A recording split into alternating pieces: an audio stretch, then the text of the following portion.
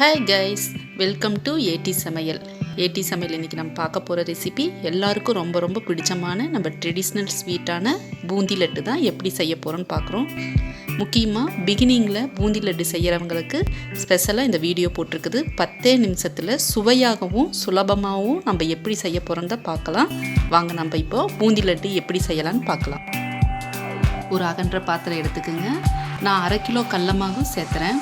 இதுக்கு ஃபுட் கலரோ சோடாவோ நான் எதுவும் சேர்த்துல. 1/2 டேபிள் ஸ்பூன் உப்பு சேர்த்திக்கிறேன். ஒரு சிட்டிகம் மஞ்சத்தூள் சேர்த்திக்கிறேன். தண்ணி நல்லா கலந்து நல்லா பதமாக கலக்கிடலாம். கட்டி இல்லாமல் நல்லா கலக்கிடுங்க. கட்டி வர மாதிரி ஃபீல் பண்ணிங்கன்னா சல்லடையில் சலிச்சுக்கலாம். இந்த பதத்தில் கரைச்செடுத்தீங்கன்னா போதும்.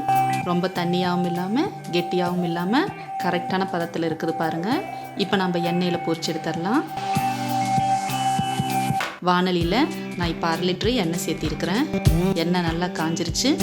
இந்த பூந்தி கரண்டியில் நீங்கள் போடுறனாலும் போடலாம், அப்படி இல்லாட்டி இந்த அரிக்கரண்டியில் பொரிச்சு எடுக்கலாம்.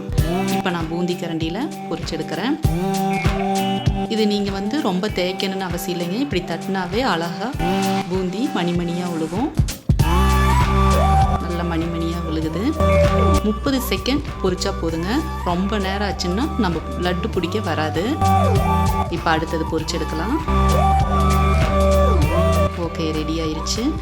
இப்படியே ஒவ்வொன்றா நாம் பூந்தி போட்டுடலாங்க.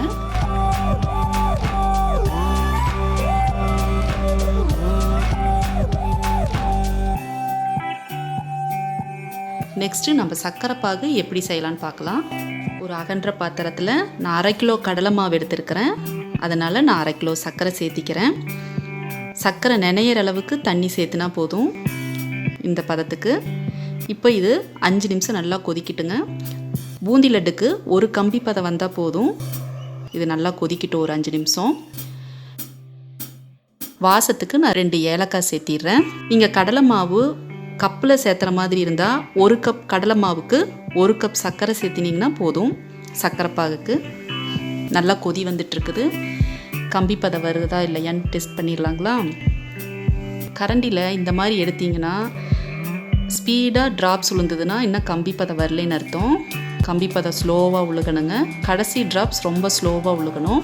இன்னும் கம்பி பதம் வரல. இன்னும் ஒரு 5 நிமிஷம் நம்ம வெயிட் பண்ணலாம். 5 நிமிஷம் ஆயிடுச்சு. கம்பி பதம் வந்துருச்சுங்க. ஒரு கம்பி பதம் வந்தாவே போதும். சர்க்கரை பாவுக்கு சூடாக இருக்கும்போதே நீங்கள் பொரிச்சு வச்ச பூந்தி லட்டை சேர்த்திடுங்க.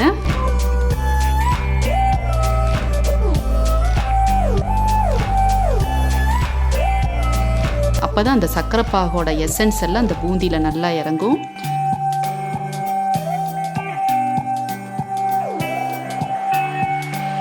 ஒரு 10 நிமிஷம் நம்ம இதை மூடி வச்சிடலாம். நல்லா எசன்ஸ் எல்லாம் இறங்கட்டும். அடுத்து நம்ம நெய்யில் 1 டேபிள் ஸ்பூன் முந்திரி திராட்சை இதெல்லாம் பொரிச்சு எடுத்துடலாங்க. 10 நிமிஷம் ஆயிடுச்சுங்க. நல்லா எசன்ஸ் எல்லாம் நல்லா இறங்கிருச்சு. இப்போது நம்ம உருண்டை பிடிச்சிடலாம். உருண்டை பிடிக்க வரலைன்னா இந்த மாதிரி மிக்ஸி ஜாரில் கொஞ்சமாக எடுத்து ஒரு ஓட்டி இதோடவே சேர்த்தி நம்ம லட்டு பிடிச்சிடலாங்க. ஓகே, முந்திரி திராட்சை இது எல்லாத்தையும் நம்ம எல்லாம் மிக்ஸ் பண்ணி லட்டு பிடிச்சிடலாங்க. இப்போ லட்டு நான் உடச்சி காமிக்கிறேங்க. எவ்வளோ சாஃப்டாக இருக்குதுன்னு பாருங்கள். நல்லா இருக்குதா? இந்த வீடியோ உங்களுக்கு பிடிச்சிருக்குன்னு நினைக்கிறேன். எவ்வளோ ஈஸியாக இருக்குதுன்னு பாருங்கள் இந்த லட்டு. உங்களுக்கு பிடிச்சிருந்தா மறக்காமல் நீங்கள் ட்ரை பண்ணி கமெண்ட் பண்ணுங்கள். உணவே மருந்து, மருந்தே உணவு. மீண்டும் அடுத்த ஒரு இன்ட்ரெஸ்டிங் ரெசிபியுடன் சந்திக்கிறேன். நன்றி, வணக்கம்.